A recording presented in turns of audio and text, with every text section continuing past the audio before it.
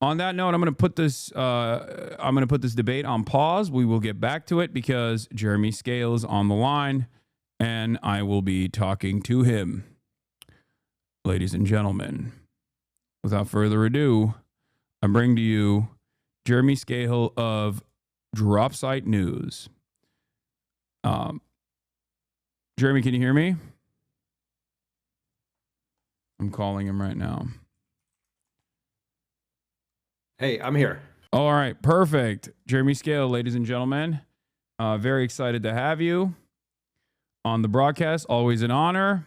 You have had quite the eventful past month, I would say, with a lot of the reporting that you've done. And I'm very excited to hear your takes on Donald Trump's Middle East tour that he is conducting currently. But yes, Jeremy also wanted to offer us a gift for those of you who want to support his reporting and many other friends of the show that I routinely rely on. Go to dropsite.com/Hasan, right? For 20% off. Dropsitenews.com. Or dropsitenews.com. Dropsitenews.com/Hasan for 20% off. And you can support Dropsite News. And we'll put that as a chat bot as well in the chat. Jeremy, You know, how are you I mean, doing? I'm good. I'm better than you after your encounter with the customs officials. Well, yeah, but you haven't entered the United States recently, have you? No, I haven't. And I actually, I mean, you and I, full disclosure, you and I talked, soon after that happened to you. And, I had my own experience with being on the watch list for several years, actually under the Obama administration, when I was investigating Obama's drone program and I was traveling to Somalia, Yemen, Afghanistan, elsewhere. And for several years, I was on the terror watch list, which meant that every time I flew into the United States, I would get pulled aside for, what they called secondary screening. And, everything that you described, I had similar experiences. And, one of the things, and this was under Obama, Mr. Constitutional Law Scholar. But now the stakes have changed so dramatically. Wait, what is this thing here? Don't switch. Not doing that. You can hear me fine, right? Yeah. Yeah, I mean, one of the things that we're witnessing under Trump is, obviously they're targeting people for deportation. They're going after people that are vulnerable. They're going after people also who are legal permanent residents, who have green cards, and there's some people calling for going after naturalized U.S. citizens as well. But in the bigger picture, what we're witnessing is an attempt to shred constitutional protections that have existed under both Democrats and Republicans for a very, very long time, and to try to implement a system of deeming people persona non grata by presidential fiat. And so, what you look, you're a high profile guy, and increasingly so. You just had a profile. Well, I think it was in the fashion section though, so it sort of doesn't count, but in a way it does. That you just had a major profile done of you. But as you and I discussed, a lot of times when I would get pulled aside for questioning, I would go into a room and there would already be several people in that room. And I knew when I set foot in it that I was going to get questioned before them and I was going to get released before them. And, there was one episode when I was flying from Cairo back into the United States, and I had happened to sit next to an Egyptian couple on the plane. It was a man and a woman and their 3 kids. And they got pulled into the same screening room that I did for interrogation. And I was sort of playing with their kids and talking to them when we were in there. And they were saying to me, can you wait for us outside? And I said, yeah, of course I'm going to wait for you. And, so I went up, I had my, my questioning there. And you really shouldn't answer any of their questions outside of really basic biographical facts. I know there was some controversy about how you handled your interrogation and and I saw your explanation for that. But, so I had my session, and then I left, and I waited, and an hour went by, and 2 hours went by, and 3 hours went by, and those people never came out of the airport. And so, presumably they were deported. And again, this was under Obama. But we're facing a really dangerous situation, and I think it's so important that everyone speak out about it. Already that system of putting people on the terror watch list was rife with constitutional and civil rights abuses. Years ago, I obtained the top secret government rule book for putting people on that watch list. It was more than 180 pages long. And people can be placed onto a watch list because their number happened to be in the phone of someone else who happens to be communicating with someone in Yemen. The standards by which you can end up on that list where you are, you're designated as being on the terror watch list, even if they don't suspect you of being at all involved in terrorism. People may not know this, but what the position the U.S. government has taken is that you don't have constitutional rights in the airport. My friend Heba Jamal, who's a Palestinian American journalist, recently wrote about she lives in Germany. She recently wrote about her experience flying back into Newark, where an American citizen, was told that she needed to unlock her phone for the authorities, and that her husband, who is not an American citizen, needed to unlock his phone under threat of immediate detention and eventual deportation. And it's these are very, very serious issues. And if you think it can't come for you, you're wrong. It can come for you. Absolutely. So what? I have been listening to lawyers quite a bit on this about like how to potentially tackle that issue. Specifically, that was my red line in that in that interaction. Like I knew that as soon as they asked me to unlock my phone, that was when I was going to refuse. And it luckily never got to that, but. It is an illegal gray zone. Airports are technically an illegal gray zone, I guess, which is part of the problem. And there's also the notion of material support and what constitutes for material support that they are very clearly trying to expand on and maybe even factor in constitutionally protected speech as material support. We saw this with what Marco Rubio stated in the apprehension and false detention of Mahmoud Khalil and numerous others. And I don't really know how to combat it beyond the fact that you just don't allow biometrics and say I refuse. You can't compel me to do this. And then demand legal representation, right? Yeah, I mean, look, there's different categories here. If it was you or it was me, we can be confrontational about asserting our rights. We're holders of American passports, and that puts us in a different category. Certainly, in the eyes of the Trump administration, they're still pushing forward with attempting to deport Mahmoud Khalil. Some judges, to their credit, have recently ordered freedom for other people who are being detained in what I think is clearly an unconstitutional manner. But if you're from a vulnerable population and your immigration status is not that you hold an American passport, and you then want to get confrontational with the authorities in the airport, you're going to potentially be in a world of hurt. And that's why I think it's important for those of us who have a more secure immigration status in the United States, if we end up in this position, to really assert our rights.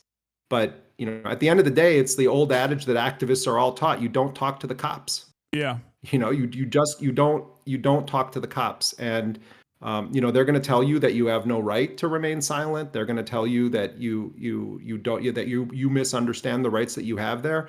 It's better to take the heat on them there and just keep asserting you want to speak to a lawyer. No, you're not going to unlock your device. No, you're not going to answer questions about your opinions. I was always told by lawyers, you answer the most basic factual things. Where are you coming from? What is the address that you're going to? Basic biographical information that exists on your passport. They don't have any business asking you what you think of Donald Trump. Yeah. They don't have any business asking you who you talk to somewhere. And quite honestly, I think it's unconstitutional that they believe that it's perfectly acceptable to tell people, I'm going to open your phone and start searching through it. But they've done that. And unfortunately, courts have sided with this system for many years, and it's getting worse. Absolutely.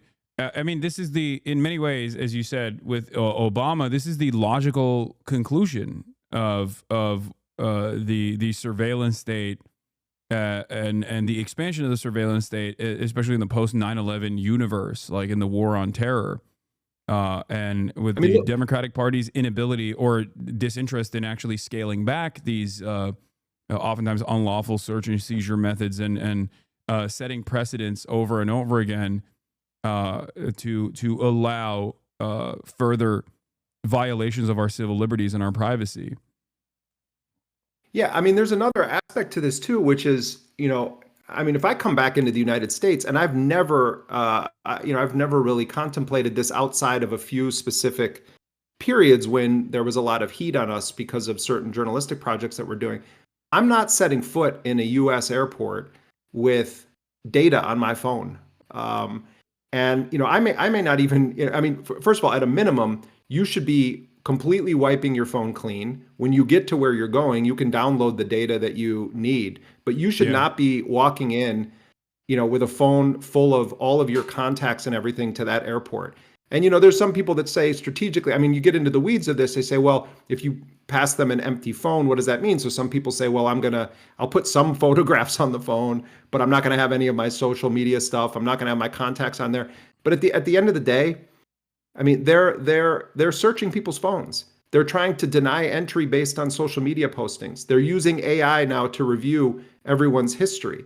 And as a journalist, and I know we're going to talk about interviews with Hamas and other groups, but journalists shouldn't have to think like they're spies.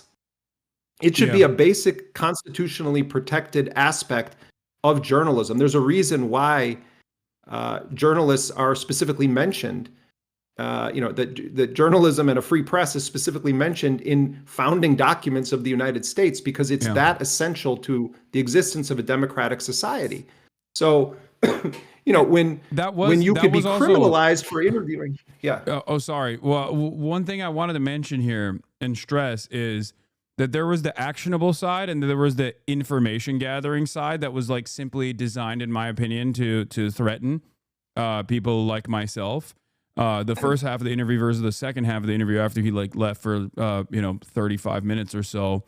And in the second side, the actionable side was like basic questionnaire, basic questions that I've been asked by authorities in the past as well. Things like, have you offered material support to Hamas, Hezbollah, or Houthis? And things of that nature. And if your answer is yes to any of those questions, like that, you will be detained, you will be jailed because that is illegal, right? But one of the questions in that process that they asked that I thought was very strange was, have you been in contact with someone from Hamas, Hezbollah, or the Houthis? And have you interviewed someone from Hamas, Hezbollah, or the Houthis? And that right there, knowing full well that I am a member of the media, that question being asked of me in the actionable side of things means that they are, I think, trying to criminalize conducting interviews with members of like known State Department assigned terror organizations. And I feel like that's insane because that would mean that, every CNN journalist, Clarissa Ward, could go to jail. You could go to jail. Potentially, and I guess even Trump could go to jail because he just met with the HTS guy who changed his name to Ahmed Sharab, but before I guess he was known as Jelani, a leader who was a leader in Al Qaeda in Syria and a leader in ISIS adjacent groups. A member of the U.S. terror watch list, like specifically himself on the U.S. terror watch list with a $10 million bounty on him. So who makes these rules up, Let's fly up to like 30,000 feet and remember something, that Nelson Mandela remained on the terrorism watch list for years after he was freed from Robben Island prison and became the president of a new independent South Africa. Yeah. And so these designations and the use of the term terrorism has been so overused and abused to deprive it of any actual meaning. If we want to actually talk about what is terrorism in the world today, we can look no further than the Israeli actions in Gaza and in the West Bank. That is classic terrorism that Israel is engaged in. So when they say, "Oh, well, so and so is a designated terrorist," it has no actual meaning anymore, because terrorism is a term that is wielded by the powerful, often to apply a label to people that are fighting for self-determination or for liberation. It is a total abuse of the English language to apply that term to many individuals and groups that the United States and Israel apply that label to. So that's the first thing we need to recognize, and that many people have been designated as terrorists by the US state who actually are freedom fighters.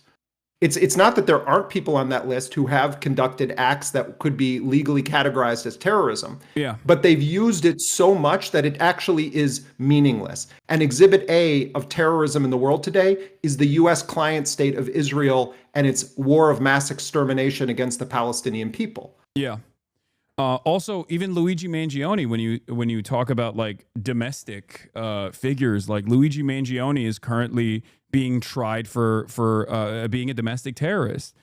Like, does this mean that we are not allowed to conduct an interview if given the opportunity with Luigi Mangione? Like, it just doesn't make sense. It's a complete vague. It's definitionally vague, and it's deliberate that it's vague. It's just created to deny habeas corpus to people at a time when the administration is actually trying to move the needle on removing habeas corpus in its entirety. So, and it's something that even Steve Bannon has talked about. What they're doing in the UK. They're doing this in the UK now with Palestine Action activists, the people that have been targeting Elbit Systems, the Israeli manufacturer of drones and other technology. They're going after people, and they're applying this label terrorist. And we're going to talk about my conversations with officials from Hamas and Palestinian Islamic Jihad. And I've interviewed people from all of the H's that you mentioned before, because I think that's the responsible thing to do journalistically. Yeah. It's journalistic malpractice that major publications are not regularly interviewing officials from these organizations and trying to understand their perspective and the context there. Simply talking to officials from Hamas or Islamic Jihad or Hezbollah is not an endorsement of those individuals. It's called basic journalism.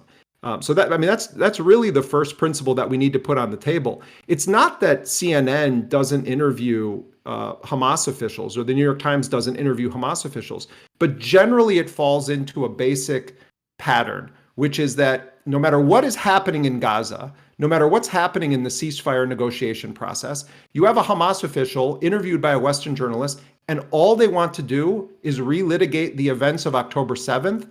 And often the questioning includes outright lies or falsehoods about the events of October 7th. So that's what you typically see these officials subjected to when they do agree to go on, whether it's BBC or it's CNN or other news outlets, or in the case of the New York Times, they'll conduct a lengthy interview with someone from Hamas, and then they'll just use like 2 sentences of it. And usually those 2 sentences are meant to kind of bolster the case that they're making by talking to all of their Israeli sources. So that's basically the thrust of what we get in the media.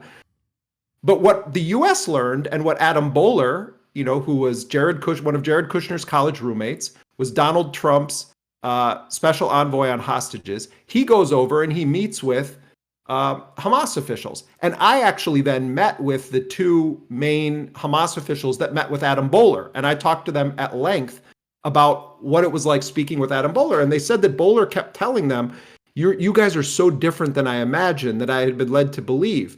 That Boehler is not, a swamp creature. He's not from the consultancy class. He's not Antony Blinken, who is paid by the makers of tanks to think when he's not officially in government. He's simply Jared Kushner's friend. But right. He's like Jared Kushner's beer bong buddy. Yeah, but that well, I mean, that's it's the same thing with Witkoff. Like he's not like a brilliant tactician. He's not a guy who's been inundated with like American foreign policy attitudes like Blinken was, but he has forced Israel to make concessions that Israel seemingly never took with the previous administration due to his lack of interest in abiding by U.S. standards up until that moment. Like sometimes that is what takes. Sometimes it is what it takes to actually come to a managed resolution. Well, I mean, also just on a factual level, from the beginning of Netanyahu's declaration of his war of annihilation against the Palestinians of Gaza, he sought to portray Hamas as akin to ISIS or Al Qaeda. And the fact that Hamas has never engaged in any operations outside of the territory of historic Palestine is an inconvenient fact that no one ever wants to talk about. Whatever you think of the historical methods that have been used by the Palestinian resistance since the first Palestinian Intifada, around the time when Hamas was formed, the fact is that this is a national liberation struggle that is using means of violence to try to achieve a political objective. And so if you want to talk about Hamas and its tactics or its methods, at least have your starting point be based on accuracy. Have your starting point be based on facts. And so, Netanyahu went to great lengths to say that Israel is fighting for the very existence of Western civilization itself. It is complete nonsense, complete propaganda, but clearly it is believed by so many people in power in Washington. And so when that is the setup, and that's what you're told constantly, and the US has this slavish devotion to the Israeli narrative, and then a kind of normie like Adam Boehler ends up in the room, he immediately starts to feel this discomfort inside of him because he's saying, well, wait a minute, why aren't they trying to put a hood on me and film a beheading video with me? Or why aren't they talking about death to Jews?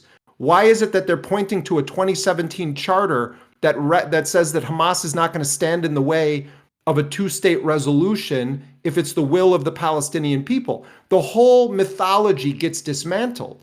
And so Boehler has these meetings with, I'll tell you one funny thing. I spent a lot of time speaking on background with Hamas officials, and then I did some, I recorded on the record interviews, but a lot of it was just sort of talking to them on background, trying to understand their perspective on the current negotiations, on what's happening with Trump, on Netanyahu's threats to conquer and seize all of Gaza.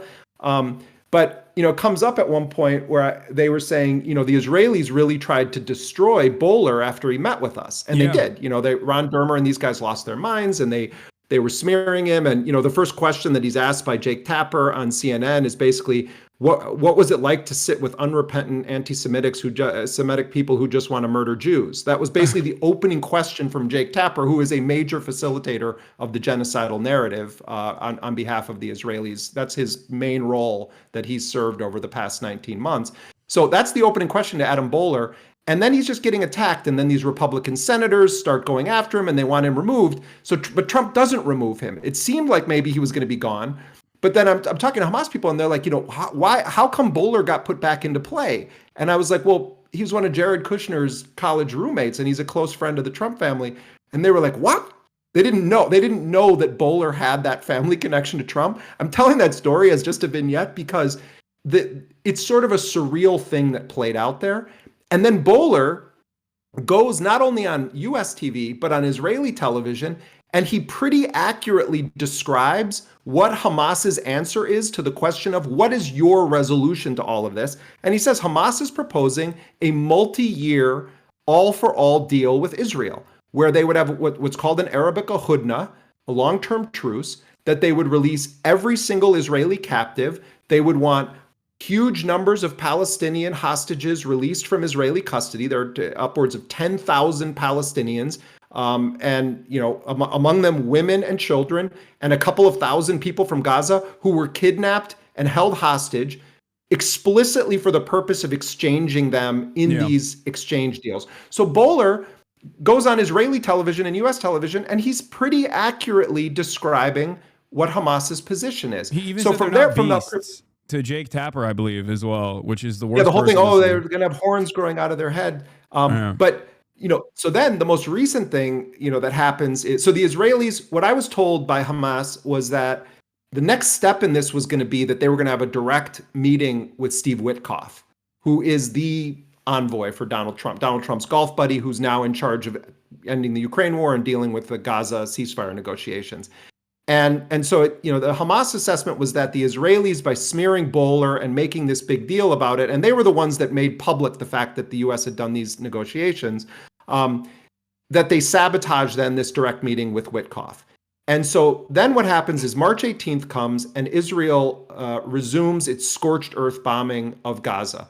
And to this moment, they've killed almost 3,000 Palestinians since Israel unilaterally broke the ceasefire and resumed the terror bombings of Gaza. Today alone, more than 80 Palestinians have been killed since dawn this morning. There was a horrifying attack on yet another hospital, supposedly in the name of trying to kill Mohammed Sinwar, the most senior commander now of Al-Qassam brigades, the armed wing of Hamas. And the Israelis will use, we're trying to kill this commander, and in the process, it's okay if we mass kill dozens of other people and burn women and children alive in tents. So Israel then goes full scorched earth. But then last weekend, out of nowhere, the sort of diplomacy intensifies, and we hear that a deal has been reached to release Idan Alexander, who is an American citizen who was in the Israeli military.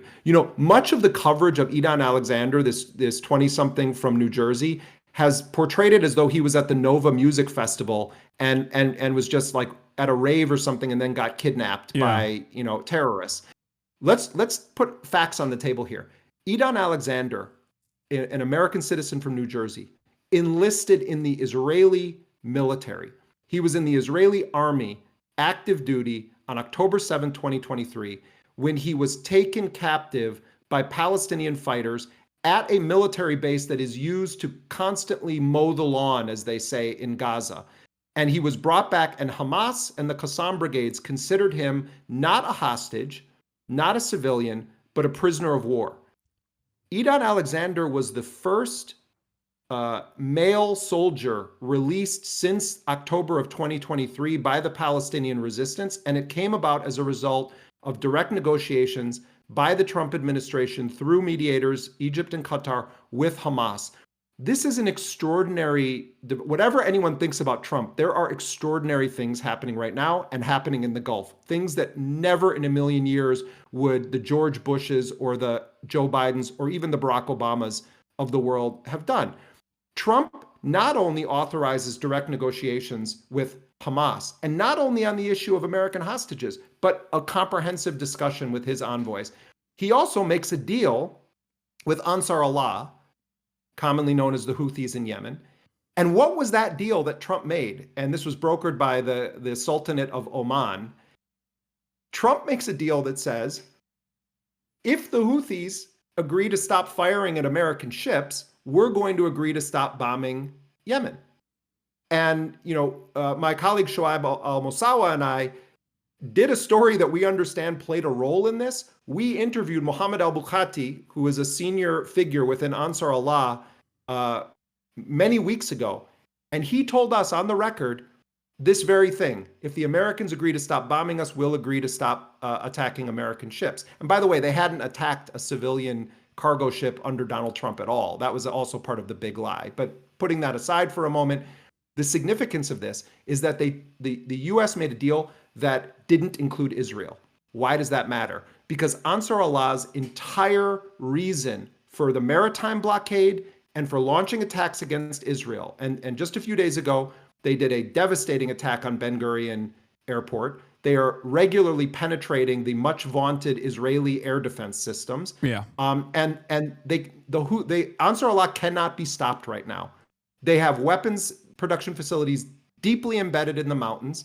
This is a tiny group of people that control part of Yemen that are the poorest nation on the planet.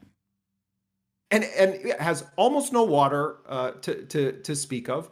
One of the poorest countries in the world, and it's not even an official government in the eyes of the United States.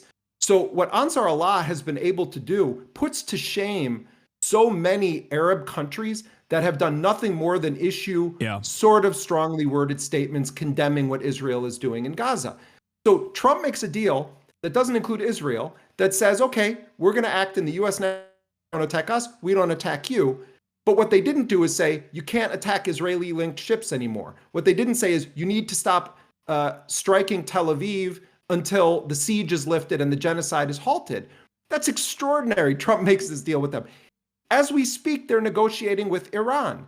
You know, there has been a sea change in the posture of Trump from his first administration to this one, where the whole point of the first administration was, let's build a coalition that hates Iran and try to normalize all of these agreements between Israel and Arab nations. And now Trump goes and he denounces neocons, he denounces the interventionists, he makes statements that are almost unheard of in the context of post-war on terror, post 9/11 American posture in the world. And, you know, I don't mean to be heaping praise on Trump. I'm just factually recognizing that there are events happening that are extraordinary right now. And at the heart of it is Trump's willingness to sort of talk to anybody. And actually, that's what journalists should be doing too. Yeah. So going back to, there's a couple things that I want to address here, and I want to get your opinion on, or at least stress the importance of. Given the fact that the Trump administration cutting Israel out of the ceasefire negotiations that were conducted in Oman with the Ansar Allah movement, given the outline of that ceasefire negotiation was so similar to the initial reporting that you conducted, do you feel like that played a role in the Trump administration seeing whatever demands that the Ansar Allah movement might have had, considering that they seemingly did not have any other back channel communications with them at the time? And I mean, in fairness, the reason why I ask this question is because I want to stress the importance once again of conducting these sorts of interviews with members that are designated as enemies of the state or terror groups, and how that journalism can lead to positive results overall, or results that even the American State Department might inevitably consider to be beneficial. First of all, if you pay attention to the communications of Ansar Allah and sort of their political posture, which very few Western news outlets do, or probably even Western governments to a large extent, this has more or less been their position for a while. They haven't said, "Oh, we want to be in a war against the United States." As happens with Hamas, as happens with Hezbollah, there's a cartoonish portrayal of what is Ansar Allah's political agenda here. What they need to do, what powerful Western entities need to do in order to justify their bombings, their sanctions, etc., is to pretend or portray their adversaries as having no actual political objectives. Ansar Allah has a very clear political objective with what it's doing in the Red Sea and what it's doing toward Israel. They opened a solidarity front because of the Israeli genocide, and they have said that they're taking their lead from the Palestinian resistance on the ground in Gaza, and they have kept their word. When the Palestinians have engaged in a ceasefire or a truce with Israel, Ansar Allah lifts its blockade and respects the ceasefire. When Israel imposed a full spectrum blockade on March 2nd, the Houthis gave Israel a 4 or 5 day warning and said, if you don't lift this, we're going to resume our blockade. And then the day came and the head of the Ansar Allah movement gave a speech and said, it's back on again. So let's not pretend they're irrational or that they don't have a political agenda or that they don't have a basis that much of the world understands for the actions that they're doing.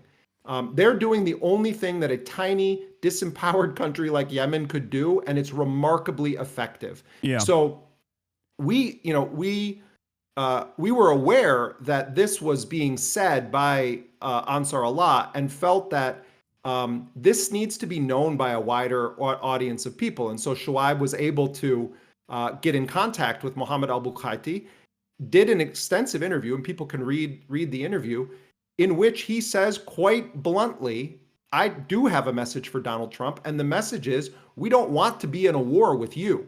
Our objective has to do with Israel and its genocidal war against the Palestinians of Gaza.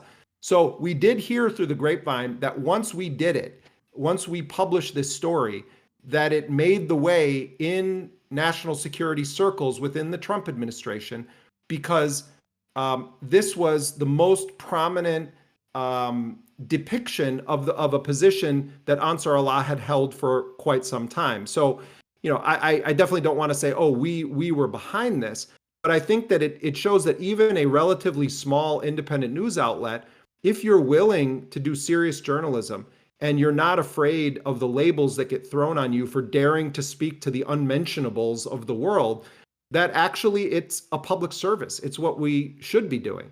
Yeah. And, I would encourage people, I spoke to Osama Hamdan, one of the most senior officials within Hamas, who's a very interesting guy. He's been in the Hamas movement since 1992. He's a chemist by training. He speaks excellent English. He's been one of the most prominent spokespeople for Hamas since October 7th, because he happened to be based in Lebanon at the time the attacks took place, and he was holding regular press conferences. So, he's basically a household name in much of the Arabic language media, but largely not known or understood in the U.S. media. And when you listen to actually his take on things and the historical context that he brings to it, you start to really understand the political evolution of Hamas, how they see Israel, what they believe are reasonable solutions to put forward. And the language of diplomacy toward Trump, I found quite interesting from Osama Hamdan. It's not that they're not critical of Trump. They're very clear. They understand this is an administration stacked with Zionists.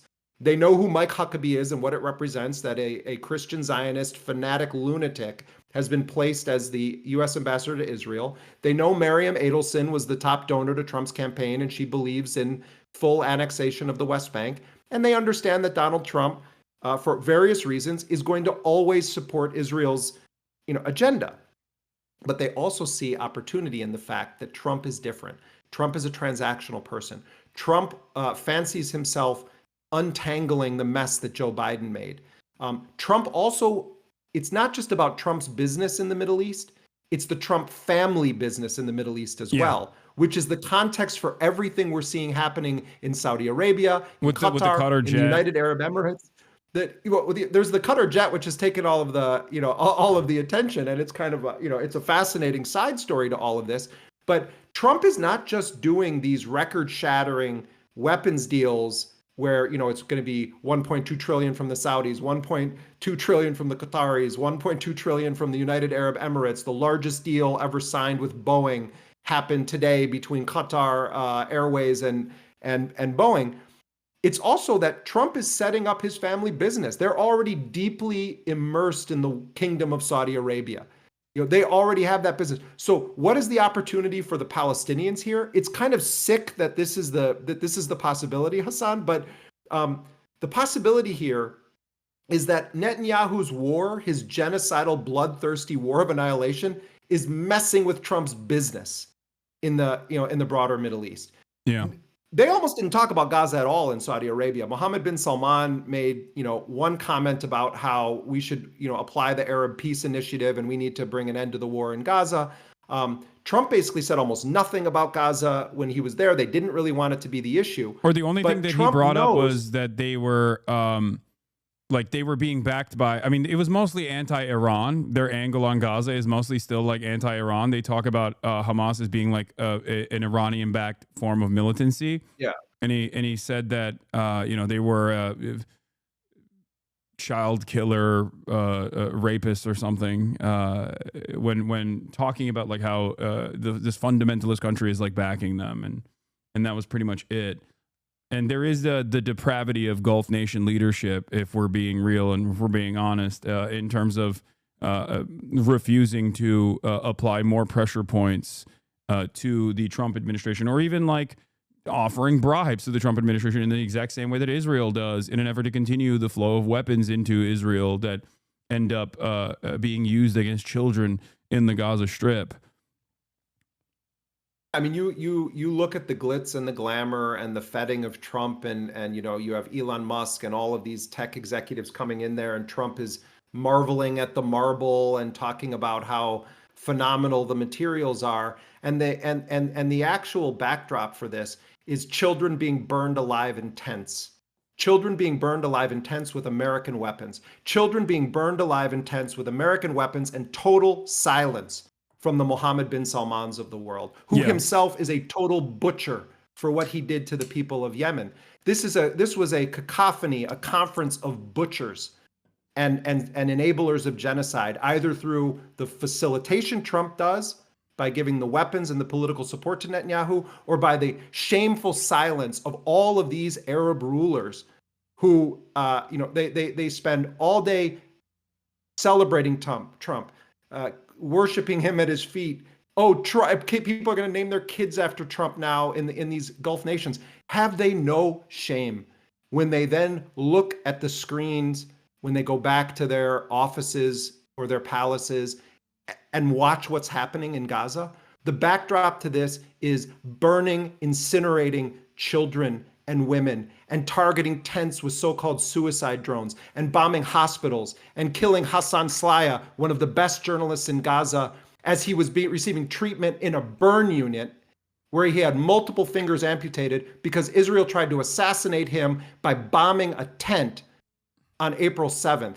Yeah. That's the backdrop to everything that we're seeing. So I can talk about what is extraordinary about what Trump's doing, but let's never forget the moral question here. And that is that the charade we are watching, where the wealthy and powerful of the world gather together to fluff each other, pat each other on the back, sign their big weapons deals, talk about a new vision for the Middle East, while simultaneously facilitating the incineration of Palestinian children, that should be the headline on all of this.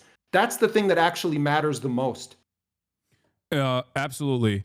So because of this, this is actually what I wanted to talk about. Like I wanted to maybe speculate a little bit about where this deal may head. Now, you have gotten great insight from Hamas leadership on this matter with your interviews. I read the Osama Hamdan one on stream. It was fantastic.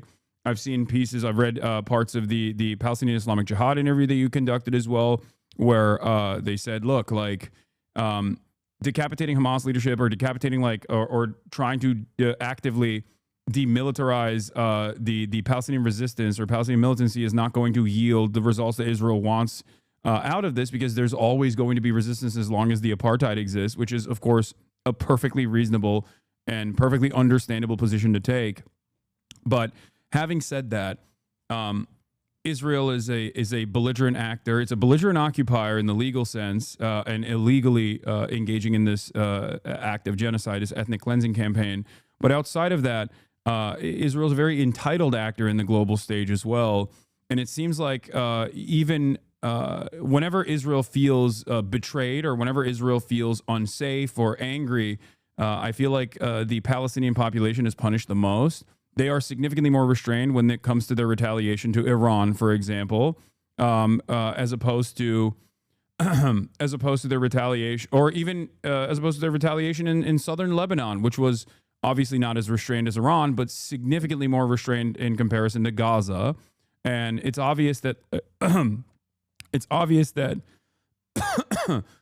incurring penalties for their actions is the only lesson Israel responds to, is the only language Israel responds to.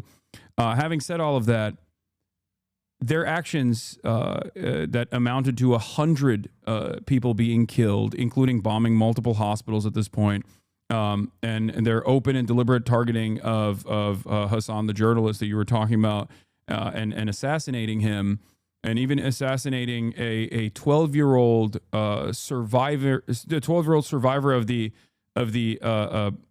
medical worker assassination that Israel had conducted. All of this happening in the last 48 hours, I think, is because Israel is angry and frustrated that by the conclusion of this Trump trip into the Middle East, that Trump may end up forcing them to stop this genocide, or at least like have a more reasonable conclusion than what Israel's demands are, which is complete ethnic cleansing, hostages being secondary, not even like the extraction of hostages not even being a main focus, now admitted by Benjamin Netanyahu. For all of these reasons, do you believe that the Trump administration, especially considering what Israel did after the Idan Alexander release, the prisoner of war release, for only a demonstration of good faith by Hamas and Israel's retaliation in the process, do you believe that the Trump administration is actually going to push for a long-term reasonable conclusion here, or do you think that it's going to turn into the previous ceasefire negotiation, where eventually, with enough pressure from Israeli envoys, Steve Witkoff will mold the existing ceasefire structure to one that suits the Israeli narrative, and we just put Gaza on the back burner once again as Israel continues its ethnic cleansing campaign? I mean, this is you raised a lot of questions here, and there's one central thing you're asking me, which is to sort of speculate or give an educated guess, which I'm not in the business of doing, but I won't. I will share with you some thoughts based on all the things you put on the table there. I think the most likely scenario in the short term, first of all, there always is the possibility that Trump decides, I'm going to let it keep burning, for another period. Like I created enough momentum around this and discussion, and I had Bowler and Witkoff in Qatar, and Hamas is being obstructionist and they're not agreeing, and that may even be the most likely thing, that Israel just continues forward with its scorched earth bombing, and then they try to pull off this so-called humanitarian aid program that Trump and Netanyahu have been kicking around, that involves American mercenaries and a fake sort of foundation that's being created. And Netanyahu is saying that they're already issuing more forced displacement orders, including in the area around Al Shifa Hospital tonight. And which anytime Israel does this, it's followed by horrifying bombings. So what may be the most likely scenario is not much happens, that Netanyahu then intensifies the attacks further. They try to push hundreds of thousands of Palestinians, once again, cram them into an ever-shrinking killing cage in the south, put this dystopic, quote-unquote, aid distribution plan in place that has no tie whatsoever to a ceasefire. And you just have a continuation of the war of annihilation for another several weeks, several months, until there's some momentum or some reason why Trump gets interested in this again. That could happen. What I think is, also possible is that we're not going to have a comprehensive deal emerge out of the discussions happening right now in Qatar. But you might have Israel having to concede to create a longer period of a short-term truce. And also Hamas will not agree to a short-term truce. They were very clear with me about this. Yeah. Unless it has a path to a framework that has clearly defined terms for ending the war and a full withdrawal of Israeli forces. Yeah.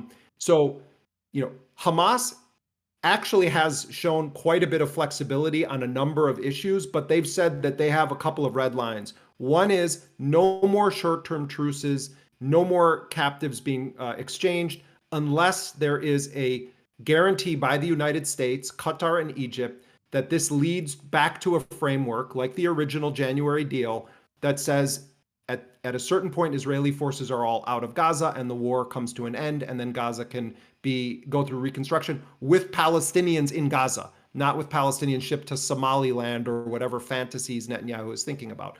It's possible that we're going to see something that is not great, but does pause the genocide. And maybe instead of it being 40 days, it's going to be 70 days or 90 days.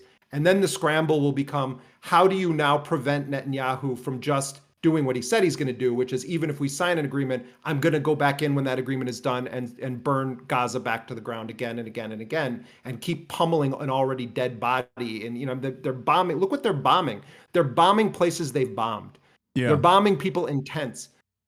Their Israeli reporting today indicated that of the almost 3,000 people that are confirmed to have been killed since March 18th, these are civilians, uninvolved combatants. It's even by Israeli media standards that the IDF is indicating this. So, we're witnessing something so unspeakable, Hasan, so unspeakable in the world right now, that we all should be ashamed that this isn't what we're consumed with every waking moment.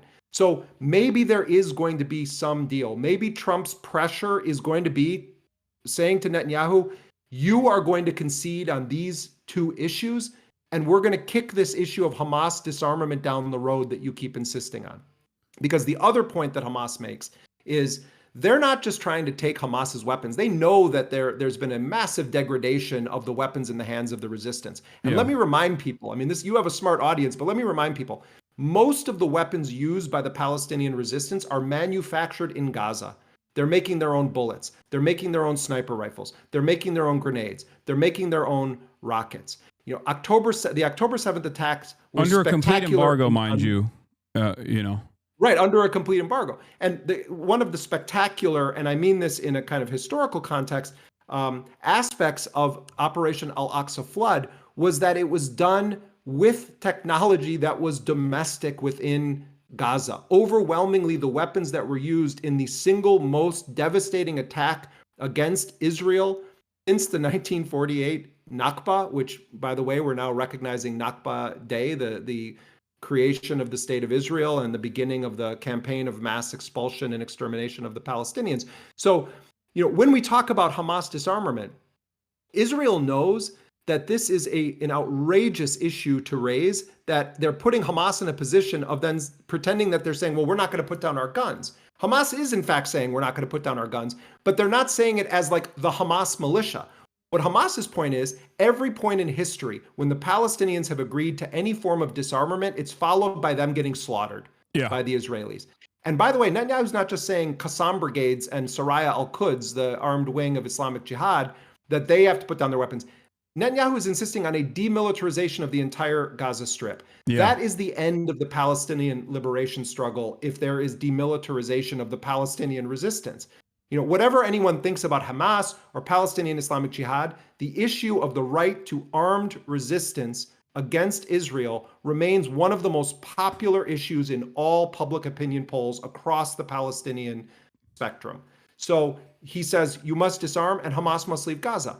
Okay, Hamas says, look, we don't need to be the government in Gaza. In fact, I've had multiple Hamas officials say to me, it is an albatross around our neck that we're the government. These guys were elected in 2006.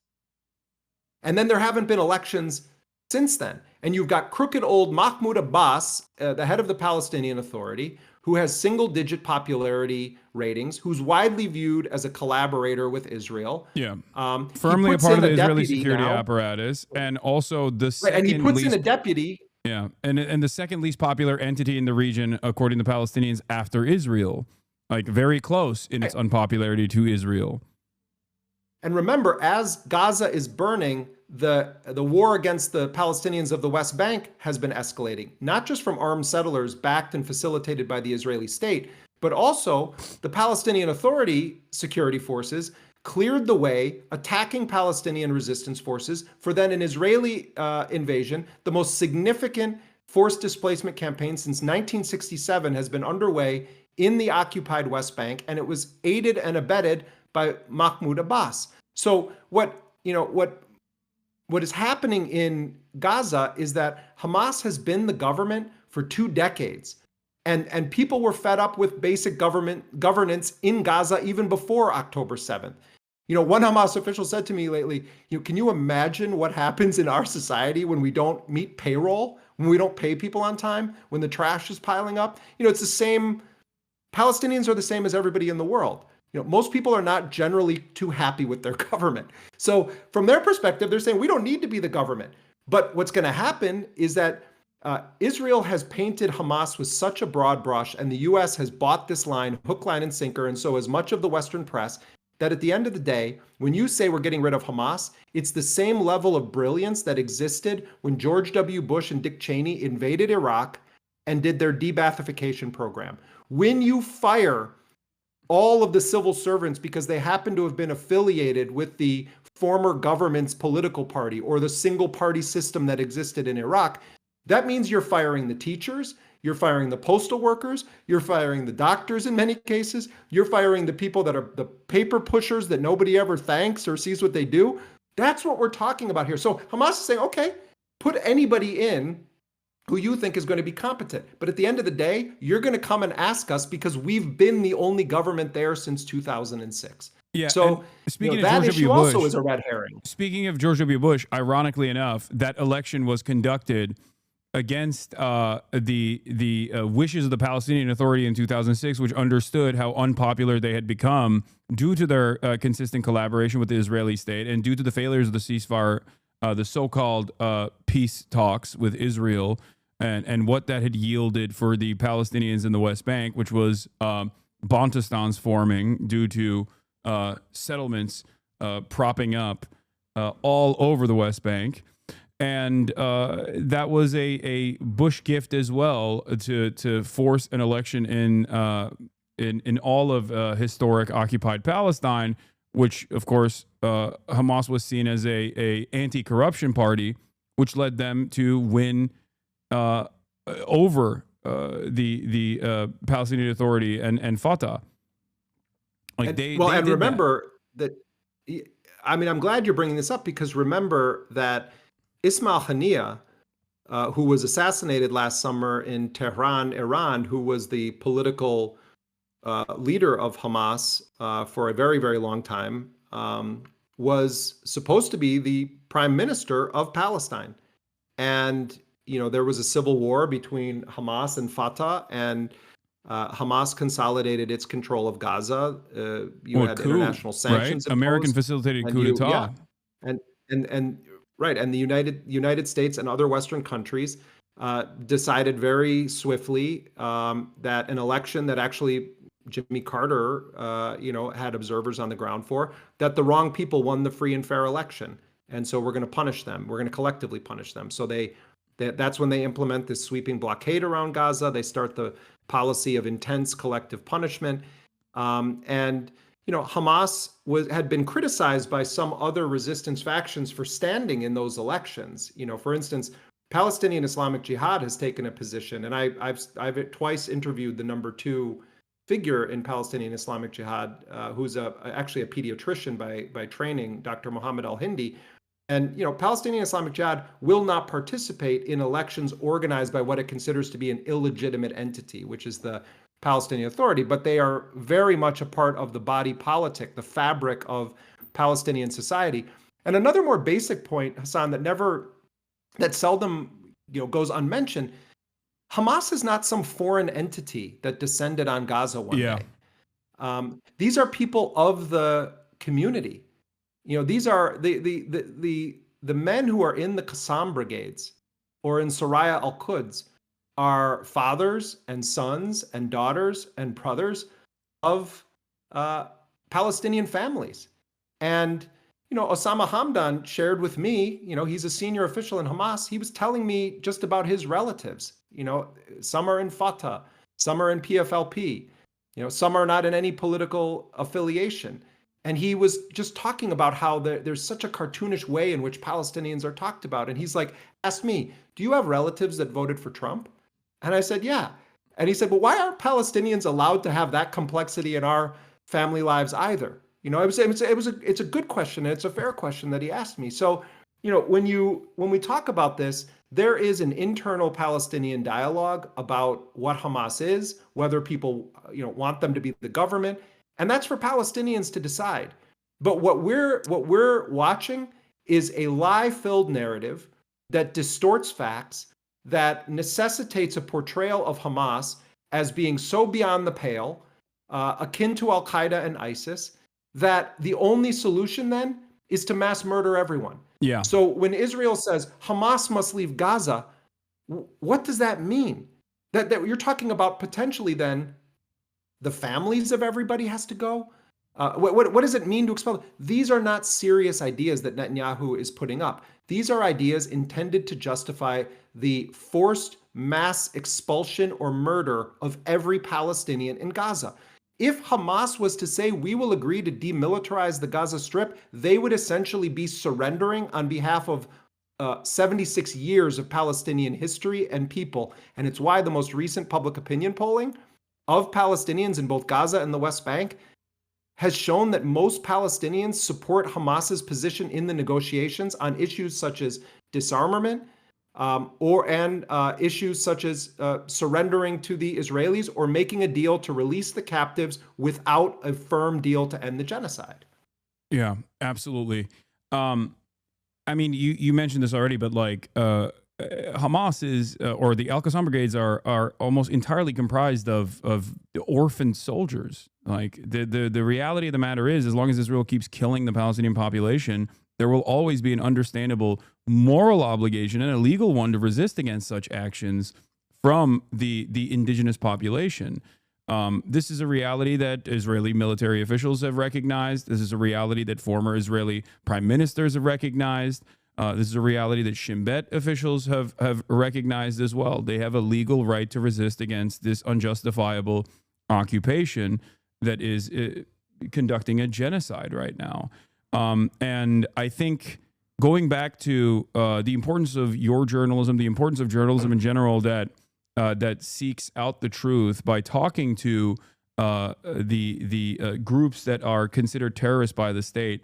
I wanted to juxtapose your work with the way that the current mainstream press and legacy media operates, where I think they play a formative role in trying to get Americans to consistently refuse their better judgment when they see dead children on their timeline, on their social media feeds, or all of the pain that Palestinians are subjected to, by trying to create this like unworkable position where some Americans will recognize that there is a genocide going on and it's heinous, but also simultaneously say, well, any kind of group resisting against said genocide is actually wrong still, and that you shouldn't even talk to them, and that the discussion should never revolve around them behaving as rational actors, let alone rational actors with a, regardless of tactics, rational actors with an overarching desirable goal to end this occupation and to end this genocide. And that is something that you alluded to in the beginning when you talked about like how Western press will often immediately demand Hamas condemn its own campaigns or its own operations or itself. And I feel like this is thought terminating, and it's somewhat successful. That's why you arrive at people that on the one hand will say, yeah, what Israel's doing is really messed up. But you know who's really also messed up? Hamas. You know, I mean, this is the whole history of armed resistance against established power or against colonialism or against apartheid, that you must portray anyone who uses armed force to try to overthrow your system of oppression is a terrorist. I mean, this is also the way that Black Americans who rebelled by force of arms against slavery were characterized at the time. It's how indigenous people in the United States were characterized by European settler colonialists who began to expand their occupation of native lands in the United States. It's a story as old as war itself.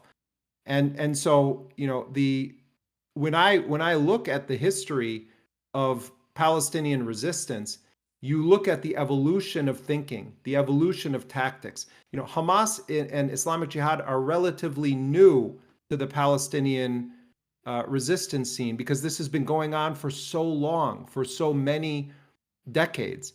And, you know, large chunks of the story of Palestinian resistance involves secular-oriented Palestinian nationalists or liberation fighters. And part of what happened is that, you know, Hamas and Islamic Jihad started to rise up out of a period where Israel had expelled and exiled all of these Palestinian resistance figures, including people like Dr. Mohammed al-Hindi, who I've interviewed from Palestinian Islamic Jihad. And they kind of put them all in the same place in the camps in Lebanon. And you know, it was a heady time in the Islamic world. And then there's also that component, which is that they're constantly assassinating any Palestinian that rises up and has an ability to be a uniter of the Palestinian cause. It's why Marwan Barghouti continues to rot in a prison cell, because the Israelis fear that figure, who is not from Hamas, he's actually from Fatah, But he's number one on Hamas's list of prisoners that they want freed in these exchanges, and has been from the very beginning.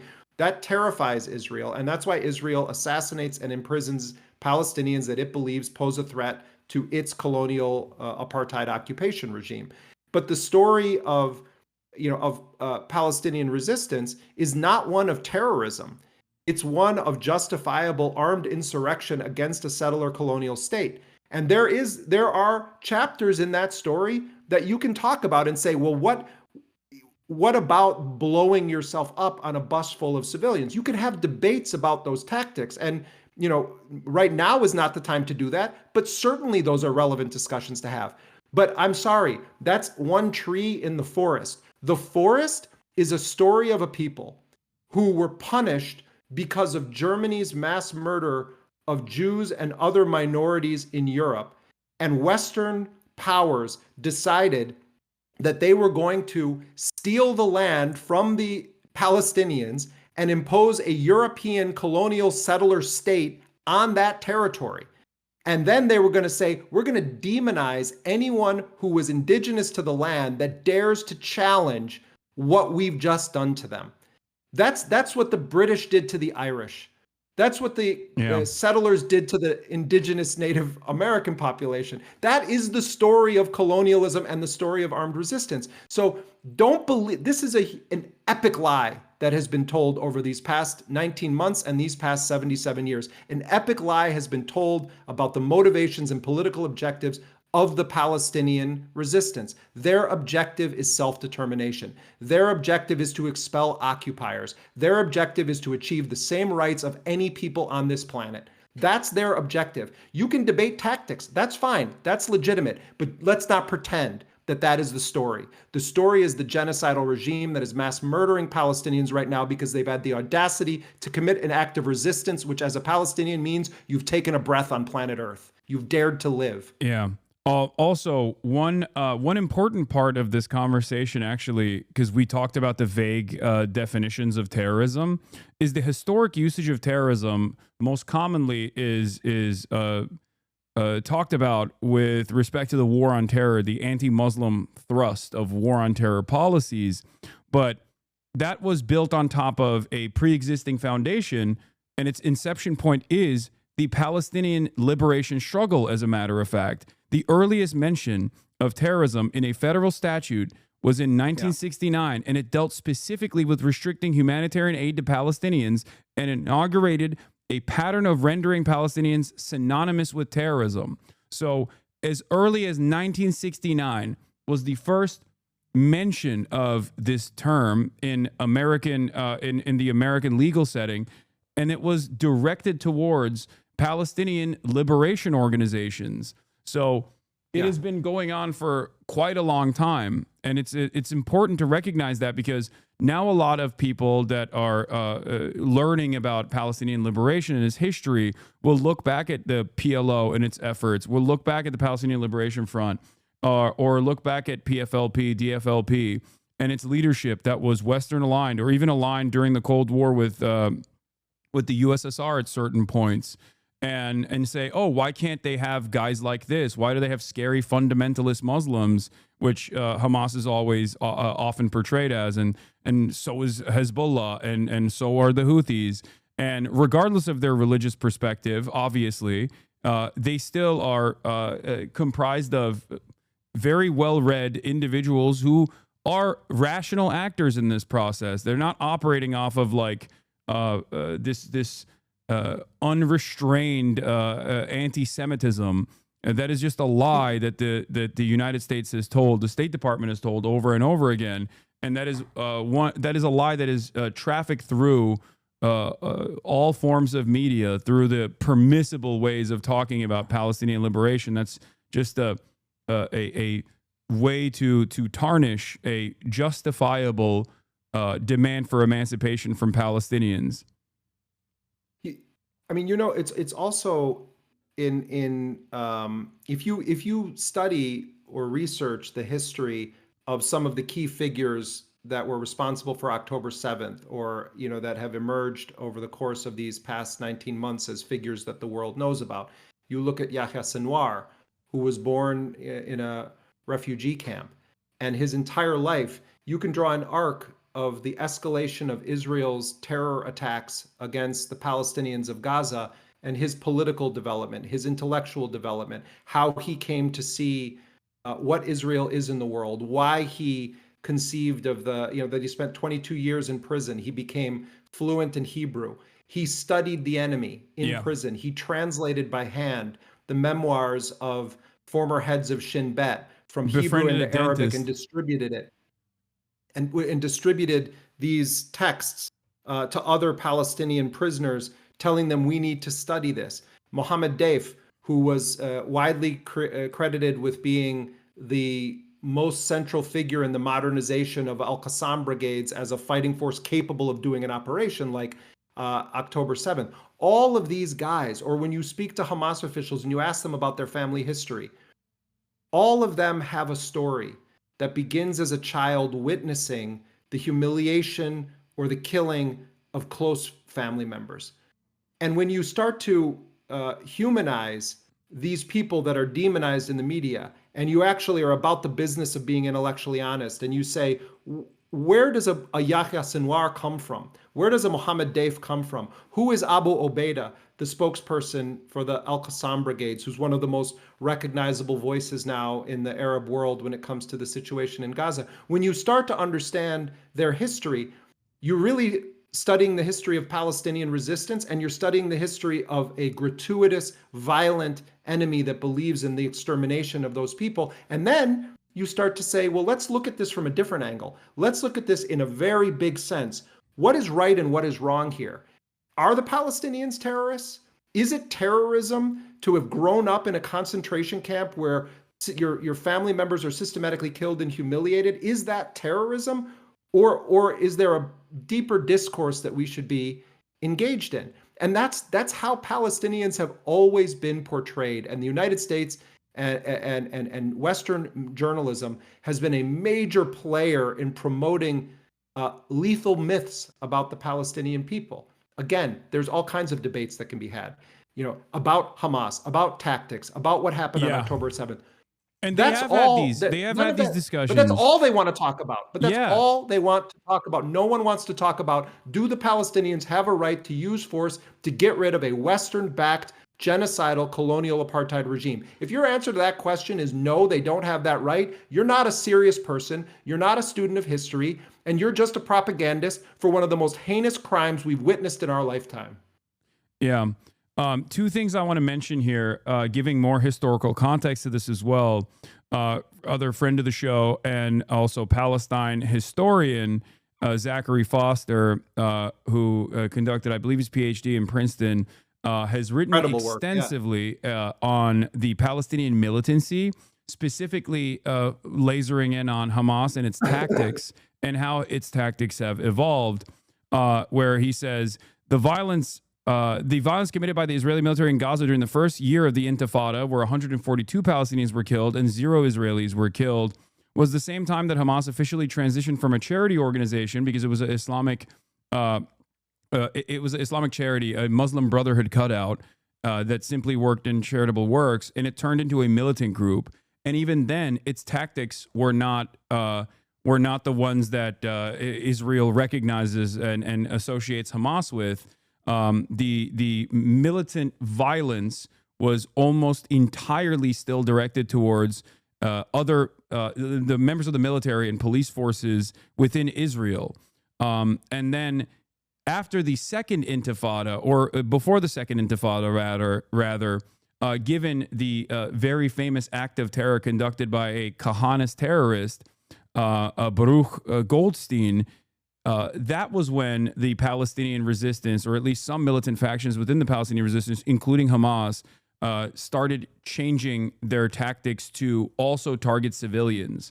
And it's the same standard that exists always in any kind of liberation movement, where the standard of violence is always maintained by the oppressive force here. The colonial entity is what dictates what kind of violence exists as retaliation for the endless amount of violence that it subjects its colonial subjects to.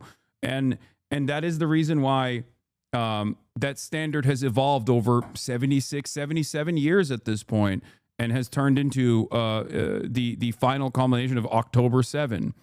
But having this conversation, or trying to have an academic conversation around like militant resistance, especially in a setting such as this one, is completely not allowed. Like this conversation that I'm having, many people do not want me to have. They want to simply say, what you are saying is insane. You are crazy. You're a terrorist. You're offering material support to terror groups, and you should be banned or maybe even criminally punished for this. It should be. The idiocy of the line that this is material support is almost not even worth a response. But what I would say is, if you actually believe in a free press and you want journalists to serve a function of providing the public with information that they can use to make informed decisions, then you want journalists to talk to every possible player in every story that you can. And so, I reject fundamentally the notion that by interviewing people that are designated as enemies, that we're committing some crime. The crime that we're committing is called journalism. And if that's a crime, then let 1,000 million journalists bloom. I mean, we should be speaking to everybody. It's one aspect of Trump that I really do respect, that he is willing to authorize his administration to speak apparently with almost anyone. He directly meets with Abu Muhammad al-Jawlani, Ahmed al-Shara, who, State Department designated terrorist, was ISIS, was Al-Qaeda, he's talking to Ansar Allah, he's talking to Hamas. That's what a sane, rational country should be doing. We should be favoring diplomacy. We should be trying to not have wars. Now, there's a whole other aspect to Trump where he'll do things like, authorize massive bombings of countries and drone strikes, etc. So let's not pretend that he's, some perfect character here. But the basic instinct of let's talk to people, let's go with that, because I actually think that is one of the paths to peace in our world. But this accusation of material support because you're talking to people, or you're explaining context, or you're trying to correct the record is very dangerous, particularly because of what's happening in the United States right now, where there is this attempt to criminalize criticism of Israel and to conflate criticism of Israel or Zionism with anti-Semitism, and to try to make that by fiat the law of the land in the United States, or by law. There's enough Democrats that are down with this program that it becomes very, very dangerous. But at the end of the day, what you try to do with your show, what we try to do with our journalism, is to not bend the knee ever to the powerful on any of these questions. And we respect our readers enough, as I know you respect your audience enough, to let them make their own decisions. Our job is to talk to anyone that we believe has a story to tell that's relevant to the public interest. And I'm going to continue doing that, because I think that that's basic journalism. And I wish that the New York Times was doing it. And I've had friends who work at the New York Times say to me, this just isn't really allowed at the New York Times. We can talk to Hamas, but we're not allowed to really get into, their perspective in that way. And there's a reason people don't want to do that. You know who targets civilians nonstop? Israel.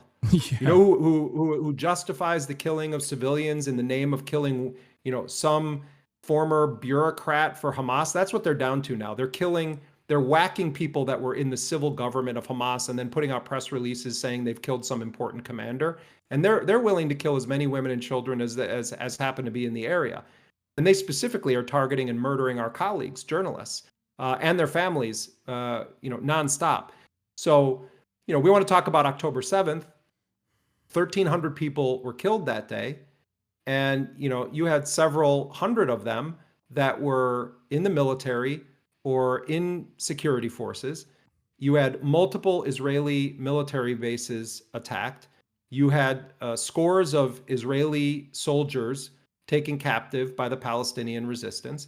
And yet, to this day, it's still portrayed as Hamas and Islamic Jihad went into Israel and kidnapped a bunch of innocent civilians and murdered 1,300, although sometimes they exaggerate the number, murdered 1,300 innocent civilians.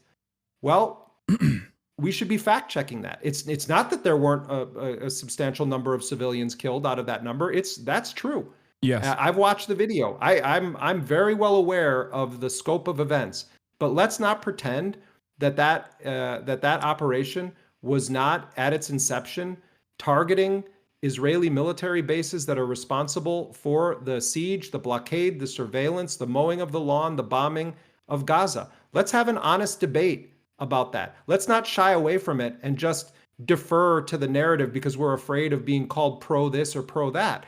We have to have an honest discussion about it. And yes, it includes video of the clear intentional killing of civilians. That is absolutely part of this story. Yeah. It's, and if we had a real international criminal court that was willing to actually go after war criminals regardless of their status or power or nationality, then we could have an actual discussion, not just about the events of October 7th and about the role of armed resistance and what happens when civilians are killed in those kinds of operations, but also let's talk about the genocide. Let's talk about what Israel did. Let's talk about the minimum 60,000 people, probably far greater than that have been killed. And let's talk about a country that openly, gleefully dehumanizes Palestinians, starves them, and portrays Palestinian children as terrorists ready to grow up. Or 77 years of an apartheid structure. Sorry to cut you off. 77 years of an apartheid, which is also illegal. I mean, that is... And it's taken many different violent forms because the maintenance of an apartheid is already an inherently violent endeavor. We, especially liberals in the West, like have no way of defining violence as anything outside of non-state entities, where the permanent violence that people are subjected to by supposedly legal entities is always seen as something entirely different. And the resistance against said violence is actually seen as criminal, is seen as inappropriate, is seen as completely unjustifiable because the state de facto has a monopoly of violence. And in this circumstance, Israel gets to use its own legal structure to continue continue enforcing this cruel regime upon the indigenous population of Palestinians. Yeah, it's. I don't know how much more time you have. I know it's late over there, but this was a. So I have to roll. I love being with you, man, but I got to roll. I know this was an incredibly enlightening conversation. Thank you so much, Jeremy, for coming on as always.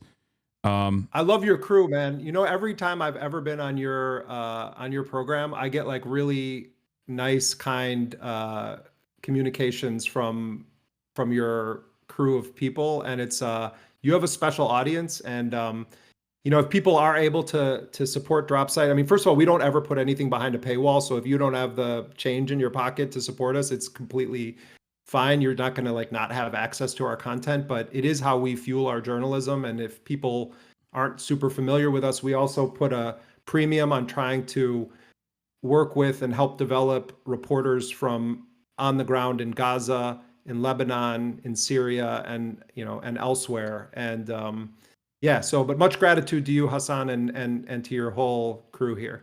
All right. Thank you so much for coming on. Jeremy Scahill, everybody. Bye. All right. That was Jeremy Scahill of Dropsite News, formerly The Intercept, one of my favorite journalists. It's I stress this a lot, but it is quite remarkable that a person that I have so much respect for, a person whose journalism and a person whose work has guided my worldview and have been so important throughout at least my adolescent years, I can just frequently have on the broadcast now. It's pretty crazy. But yes, they do fantastic work. And I highly recommend you go and subscribe to Dropsite News. You go to dropsitenews.com/Hasan for 20% off.